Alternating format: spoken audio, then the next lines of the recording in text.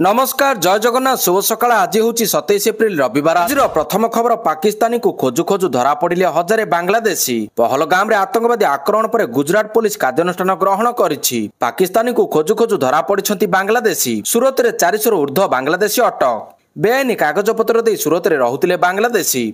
राज्य में अवैध भाव में रहुतिबा बांग्लादेशी मानक विरोध में पुलिस कार्यानुष्ठान आरंभ करिछि। परवर्ती खबर बढ़िला श्रीमंदिर सुरक्षा। पहलगाम रे पर्यटकों को आतंकवादी आक्रमण पर पुरी रे सुरक्षा को नहीं सतर्कता आपणाई पुलिस। पुरीर 4टी मेराइन थाना को अलर्ट करा जायछि। संदिग्धों गतिविधि उपर नजर रखा निर्देश दिया जायछि। श्रीमंदिर उपर आतंकी को आखि थिबा नै पूर्वर गुइंदा सतर्क कराइछि। तेणु श्रीमंदिर को कड़ा सुरक्षा मध्य रखिबा पई पुलिस को सजग करा जायछि। पुरीर 3टी प्रवेश पथ और तट सुरक्षा उपर प्राधान्य देबाकू निवेदन करिसंती सेवायत। 12 प्लाटून फोर्स सहित पुलिस अधिकारी श्रीमंदिर भितर और बाहर सुरक्षा व्यवस्था मुतयन अछंती। परवर्ती खबर कटक रे पाकिस्तानी नागरिक। सहर में बसवास करुथिबा पाकिस्तानी नागरिकों को नोटिस। एई नोटिस कला कटक कमिशनरेट पुलिस। विवाह पर किछि पाकिस्तानी कटक रे रहउचंती समस्तक कागजपत्र जांच करा जिवो। केंद्र सरकार पक्षरु एक विस्तृत गाइडलाइन आसीबा परे आहाकू कार्यकारी करिबा प्रक्रिया आरंभ करिछि कटक कमिशनरेट पुलिस। जम्मू काश्मीर पहलगाम रे आतंकी आक्रमण घटना रे भारत सरकार नेउछंती कड़ा पदक्षेप। परवर्ती खबर सेना अभियान लाइव रिपोर्टिंग करनी मीडिया को केंद्र सरकार मार्गदर्शिका। पहलगाम आतंकवादी आक्रमण पर भारत और पाकिस्तान मध्य उत्तेजना बढ़ी जाइछि। एहारी मध्य केंद्र सरकार शनिवार गणमाध्यम संस्था गुड़िक उपर कटकणा जारी करछंती। डिफेन्स ऑपरेशंस और सुरक्षा बल गतिविधिर लाइव कवरेज को वंचित रखा कुहा जाइछि। एने केंद्र सरकार पक्षर एक मार्गदर्शिका जारी होइछि। एथिरे सरकार तर्क रखिचंती जे लाइव रिपोर्टिंग द्वारा अजाणत शत्रु मान को फायदा मिलुछि। जम्मू काश्मीर पहलगाम रे होतिबा आतंकवादी हमला पर प्रतिरक्षा मामला पर रिपोर्टिंग को नजर रखी ए मार्गदर्शिका जारी होइछि। परवर्ती खबर ई-केवाईसी रे जो गरीबंकर राशन कार्ड कटिछि आउ थरे आवेदन कले कार्ड देबु कहिले जोगाण मंत्री। ई-केवाईसी रे गरीबंक राशन कार्ड कटिजिबा अभियोग प्रसंग रे प्रतिक्रिया रखिचंती जोगाण मंत्री कृष्ण चंद्र पात्र। मंत्री कहिचंती ई-केवाईसी रे जो गरीब कार्ड कटिछि मते कहंतु आम पाखरे पर्याप्त कार्ड अछि आमे नुआ लोकन को देबु। जदि गरीबंक कार्ड भूल रे कटि जाइछि आउ थरे आवेदन करंतु। आउ थरे आवेदन कले सर्वे करिकि कार्ड देबु। पाखापाखि लक्षे लोकंक राशन कार्ड कटिछि। इनकम टैक्स देउथिबा भल चाकरी करथिबा लोकंकर कार्ड कटिछि बोली जोगाण मंत्री कहिसंती। परवर्ती खबर शेष पर्याय रे रत्न भंडार मरामती काम। आसंता एप्रिल 29 तारिख रु जून 27 तारिख पर्यंत रत्न भंडार मरामती कार्य बंद रहिबो। बाहर चंदन यात्रा सहित भीतर चंदन यात्रा एवं स्नान पूर्णिमा पई स्वतंत्र नीतिकांति थिबारु मरामती कार्य बंद रहिबो। श्रीमंदिर रत्न भंडार मरामती कार्य नहीं बैठक पर प्रतिक्रिया रखिचंती श्रीमंदिर मुख्य प्रशासक अरविंद पाढ़ी। से कहिचंती 4 मास मध्य समुदाय 193 घंटा 5 मिनिट रत्न भंडार कार्य होइछि। भीतर रत्न भंडार मरामती कार्य प्रायतः शेष होइछि। केवल चट्टाण कार्य बाकी रहिछि। बाहर रत्न भंडार 5टी स्टेनलेस बीम लागिबो। परवर्ती खबर बालेश्वर एनआई टीम। मृत प्रशांत स्त्री एवं पिला चली पचरा उचरा। पहलगाम आक्रमण घटना मृत प्रशांत शतपथी घरे जातीय तदंतकारी संस्था। बालेश्वर ईशाणी गाँव में प्रशांत स्त्री एवं पिला पचरा उचरा करुछि जातीय तदंतकारी संस्था। गत 22 तारिख दिन जम्मू काश्मीर पर्यटन स्थली पहलगाम आतंकवादी माने आक्रमण करथिले जोंथिरे प्रथमे 26 जन प्राण हराइथिले। हेले पर चिकित्साधीन अवस्था आउ 2 जनकर मृत्यु होइतिला। एई आतंकी आक्रमण रे मोट 28 जनकर मृत्यु होइछि। एथिरे 2 जन विदेशी पर्यटक मध्य थिले।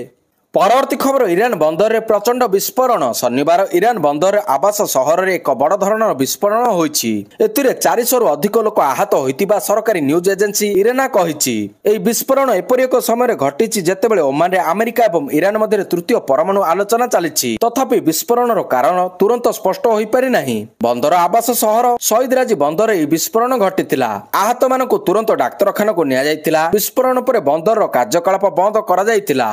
परवर्ती खबर सीमारे बंकर प्रस्तुत। पुंछ भारत पाकिस्तान मध्य वास्तव नियंत्रण रेखा एलओसी रे गाँव रे बंकर प्रस्तुत करा जायछि। प्रतिकूल परिस्थिति रे रहिबार व्यवस्था चलिछि। एलओसी रे गुड़ीगुड़ा गर्जन ने आगुआ प्रस्तुति होउछि। पहलगाम रे पर्यटक मानक उपर आतंकवादी आक्रमण परठारु उत्तेजना चरम सीमारे पहुंचिछि। ए बंकर आक्रमण पाई नुहे किंतु या साधारण लोकन को सुरक्षा देबा पाई प्रस्तुत रहिबो बोली सूचना मिलिछि।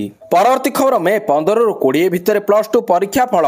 मे 15 रु 20 तारिख मध्य प्रकाश पाइब जुक्त 2 परीक्षा फल। एप्रिल 28 तारिख रे खाता देखा शेष हेबाकु थिबा बेले एप्रिल 30 तारिख रे खाता देखा शेष हेबो।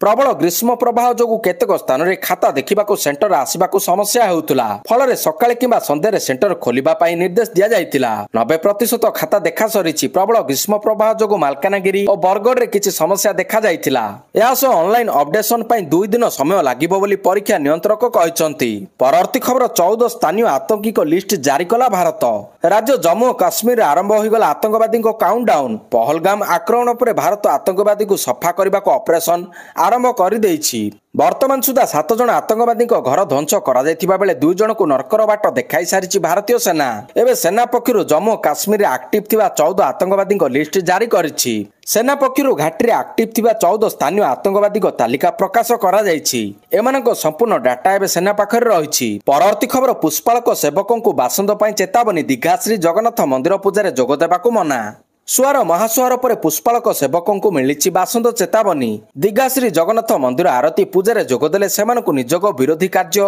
अभिहित कराई बासंद कराजिबो पुष्पालक निजोग पक्षरु समस्त पुष्पालक सेवकों को कड़ा निर्देश दिया जायछि श्रीमंदिर पुष्पालक निजोग संपादकों दस्तखस्तरे शनिवार निर्देश जारी करा जायछि निकटरे सुआर महासुआर सेवकों को मध्य बासंद पाई चेतावनी होइतिला दीघा मंदिर प्रतिष्ठारे रोष कार्य बासंद पाई चेतावनी दिया जायछि परवर्ती खबर क्षमा मागिले सुलता बयान देले पुणी थरे क्षमा मागिले बीजेडी राज्यसभा सांसद सुलता देव पहलगाम रे होइतिबा आतंकी आक्रमण को नहीं एक विवादीय बयान देथिले से कहितिले कि जेतिकी समय भितर आतंकीवादी माने जनक पर जने भारतीयों को हत्या कले सेतिकी समय मध्यरे सेमानक धर्म पचारिबा संभव नुहे एई बयान को राज्यवासी निंदा करिबा परे बीजेडी सुलतांको बयान रु निजको दूरेई नेथिला यापर सुलता देव तांकर एभली बयान पाई क्षमा मागिछंती से कहिसंती कि जदि मो बयान देशवासी को उपहासित करिछि तेबे मु सेमानक ठारू क्षमा चाहूछि परवर्ती खबर पोप फ्रांसिस को शेषकृत्य श्रद्धांजलि देले राष्ट्रपति द्रौपदी मुर्मू ख्रीष्ट जगतर सर्वोच्च धर्मगुरु पोप फ्रांसिस चलित मास 21 रे परलोक होइतिला भाटिकान सिटी रे तांकर शेषकृत्य संपन्न हेबो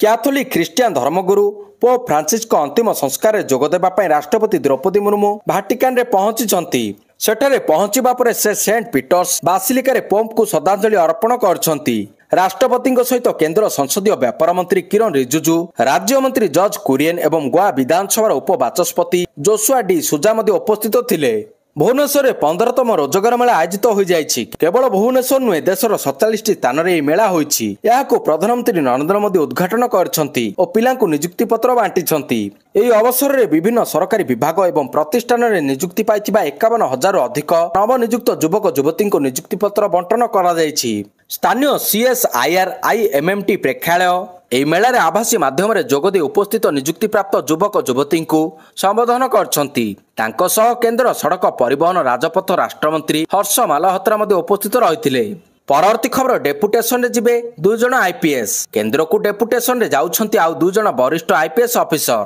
बीएसएफ आईजी भाव रे डेपुटेशन रे जिबे आईपीएस रविकांत बीएसएफ डीआईजी भाव रे नियुक्त हेबे आईपीएस मित्रभानु महापात्र पूर्व सरकार 5टी सचिव भिके पांड्यान को बेस खास थिले रविकांत एवं मित्रभानु महापात्र 2 जन जांकु ओडीएस होम रे पोस्टिंग करा जायतिला सेमाने आईपीएस मेस रे रहुतिले रविकांत केन्दुझर एसपी दायित्व रे थिबा बेले मित्रभानु को ना राजचक्र गिरफ समय पदा को आसीतिला परवर्ती खबर मरुभूमि पालटिलाणी महानदी एबे नुहे तो केबे नुहे महानदी जल विवादर समाधान करू ट्रिपल इंजिन सरकार प्रधानमंत्री 2 राज्य सह बैठक करी समस्यार समाधान करंतु डबल इंजिन सरकार भाषण नुहे वास्तवता को आसी महानदी जल विवादर समाधान करबाकू दाबी करछि बीजेडी कांग्रेस मध्ये कहिछि ट्रिपल इंजिन सरकार जदि जल विवादर समाधान न करिबो तेबे यह आउ केबे हेबा आशा क्षीण हेले शासक बीजेपी जुक्ति महानदी जल विवाद बहुत बड़ समस्या नुहे अन्यपटे कलमा ब्यारेजर सब फाटक बंद हेबा परे ट्रिपल इंजिन सरकार को घेरिछंती बीजेडी और कांग्रेस परवर्ती खबर एप्पल अमेरिका संपूर्ण आईफोन फैक्ट्री भारत स्थानांतर करिपारे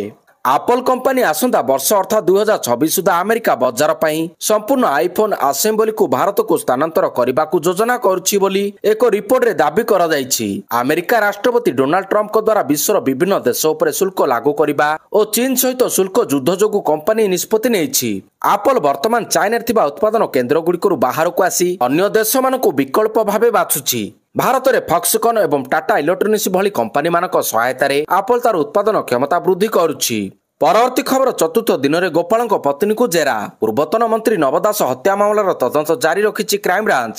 ଶନିବାର କ୍ରାଇମବ୍ରାଞ୍ଚ ଏସ୍ପି ବିଜୟ କୁମାର ମଲ୍ଲିକଙ୍କ ନେତୃତ୍ୱରେ ଏକ ଟିମ୍ ମନ୍ତ୍ରୀଙ୍କୁ ହତ୍ୟା ଅଭିଯୋଗରେ ଗିରଫ ହୋଇଥିବା ପୋଲିସ ଏସ୍ଆଇ ଗୋପାଳ ଦାସଙ୍କ ବ୍ରହ୍ମପୁରସ୍ଥିତ ବାସଭବନକୁ ଯାଇଥିଲା। ଆଙ୍କୋଲି ଶିଳ୍ପାଞ୍ଚଳ ନିକଟସ୍ଥ ପଞ୍ଚଶୀଳ ମାର୍ଗରେ ଥିବା ବାସଭବନରେ ସ୍ତ୍ରୀ ଜୟନ୍ତୀ ଦାସଙ୍କ ସହିତ କ୍ରାଇମବ୍ରାଞ୍ଚ ଟିମ୍ ଆଲୋଚନା କରିଥିଲା। ଗୋପାଳର ସିଡିଆର ଧରି କ୍ରାଇମବ୍ରାଞ୍ଚ ଟିମ୍ ସତ ଖୋଜୁଛି।